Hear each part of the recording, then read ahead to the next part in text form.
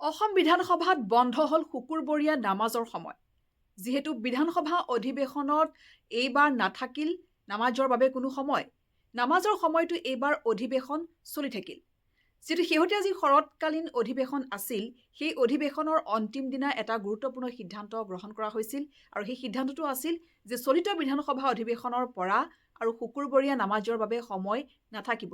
গতিকে সেই সিদ্ধান্ত অনুসৰি চলিত বিধানসভা নিৰ্বাচনত এইবাৰ নামাজৰ বাবে কোনো ধৰণৰ সময় নাথাকিল।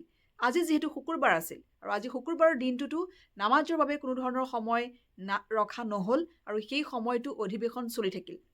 যিহেতু সৈয়দ ছাদুল্লাৰ দিনৰে পৰাই চলি অহা এই যিটো প্ৰথা আছিল, সেই প্ৰথা নোহোৱা হোৱাৰ বাবে বিৰোধী কংগ্ৰেছ AIDFৰ নেতাসকলে যথেষ্ট তেওঁলোক অসন্তুষ্ট। কিন্তু যিহেতু বিধানসভাত ইতিমধ্যেই সেই সিদ্ধান্ত গ্ৰহণ কৰা হৈছে, সেই সিদ্ধান্ত অনুসৰিয়ে এইবাৰ অৰ্থাৎ চলিত বিধানসভাৰ পৰাই শুকুৰবৰীয়া নামাজৰ বাবে যি সময় আছিল, সেই সময় চিৰকাললৈ বন্ধ হ'ল অসম বিধানসভাত।